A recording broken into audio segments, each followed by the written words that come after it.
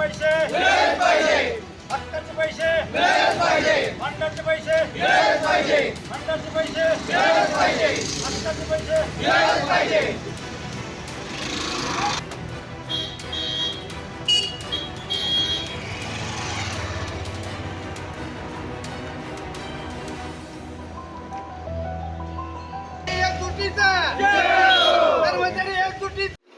मी जिल्हा दूध संघामध्ये काम करत होते, पण आमचा संघ 2015 मध्ये बंद पडला.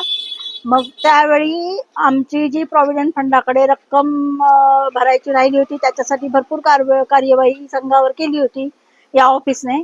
मग त्याचं उत्तर आमच्याकडे 2020 साली आमची स्थावर मालमत्ता संघाची विकल्यानंतर मग भरणा केला आमचा, आणि तो भरणा केलेला आहे 2020. आज आहे 2025 संपत आलेला आहे, पण अद्याप या ऑफिसने आमच्या प्रत्येकाच्या नावावर वर्गवारी केलेली नाही.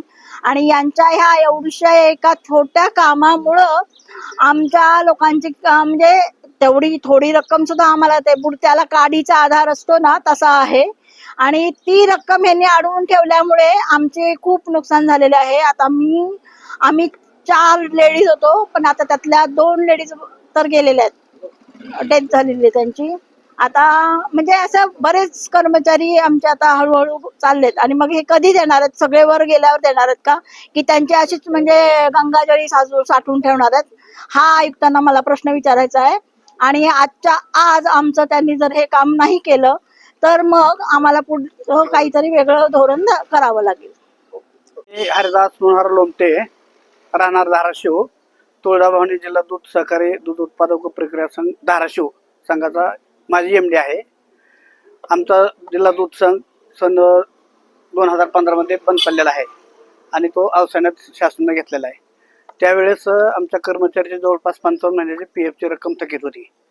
ती थकीत रक्कम असल्यामुळं ह्या प्रॉव्हिडंट फंड ऑफिसनं शेवण्याची कारवाई जिल्हा संघावर केली होती. शेवण्याची कार्यवाही जवळपास 15, 16, 17 पर्यंत चालली. त्यानंतर त्यांनी संघाचे खाते होल्ड करून टाकले. संघाचे खाते होल्ड केल्यानंतर त्या ठिकाणी त्यावेळेस व्यावसायिक होते गव्हर्नमेंटचे. त्या गव्हर्नमेंटच्या व्यावसायिकांनी ह्याला विनंती केली की तुमचे पैसे आम्ही आमची स्थावर जंगम मालमत्ता विक्री करून तुमचे पैसे भरणा करू, पण तुम्ही खाते होल्ड करा. खाते काढल्याशिवाय आम्हाला पुढचा व्यवहार करता येत नाही. परंतु ह्यांनी खाते होल्ड केलेलं काढलं नाही. त्यामुळं पुन्हा नंतर व्यावसायिकांनी औरंगाबाद हायकोर्टातून त्याला स्टे आणला. आणि स्टे आणल्यानंतर संघाची स्थावर जंगम मालमत्ता विक्री करून ह्यांचे पूर्ण पैसे भरले. 1,01,33,000 रुपये ह्यांच्या नोटीसप्रमाणे पूर्ण रकमेचा भरणा केला. दंडासहित दंड व्याजासहित पूर्ण रकमेचा भरणा केला त्यांच्या पत्राप्रमाणे. आणि भरणा केल्यानंतर आम्हाला म्हणले की तुम्ही सर्व कर्मचाऱ्याचे ECR ऑनलाईन दाखल करा. त्या पद्धतीनं आम्ही ECR ऑनलाईन 2020 मध्ये दाखल केली. 20 मध्ये ECR, त्यांना हार्ड कॉपी, CD हे संपूर्ण कागदपत्र दाखल केली.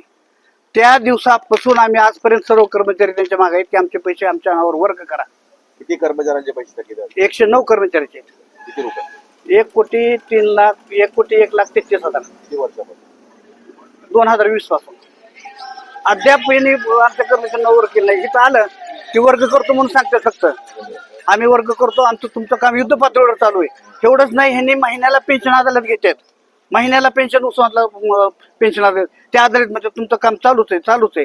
इथल्या कर्मचारी भेटले की एक कर्मचारी म्हणतो मला ह्यातलं काही कळतच नाही. दुसरा मागणी आमची मागणी की आमचे 109 कर्मचाऱ्याचे 55 महिन्याचे पूर्ण रक्कम आमच्या कर्मचाऱ्याच्या खात्यावर वर्ग व्याजासहित करावी. आणि हे पैसे मागून 6 कर्मचारी मेले. आता 7-8 कर्मचारी आता काही ICU मध्ये. आता इथं तुमच्या ह्याच्यामध्ये एक दवाखान्यात आहे, मार्केंडियामध्ये असं करून आता ऍडमिट आहे. इतकी वाईट परिस्थिती कर्मचारी असताना ह्या ऑफिसला कसल्याही प्रकारचं काम पडत नाही. आयुक्तासमोर हे कर्मचारी नेले. आयुक्तासमोर फक्त हो आम्ही करतो म्हणतात, पण ऍक्च्युली काही केलेलं नाही आणि करत नाहीत. यांना कसल्याही प्रकारचं काम फुटत नाही.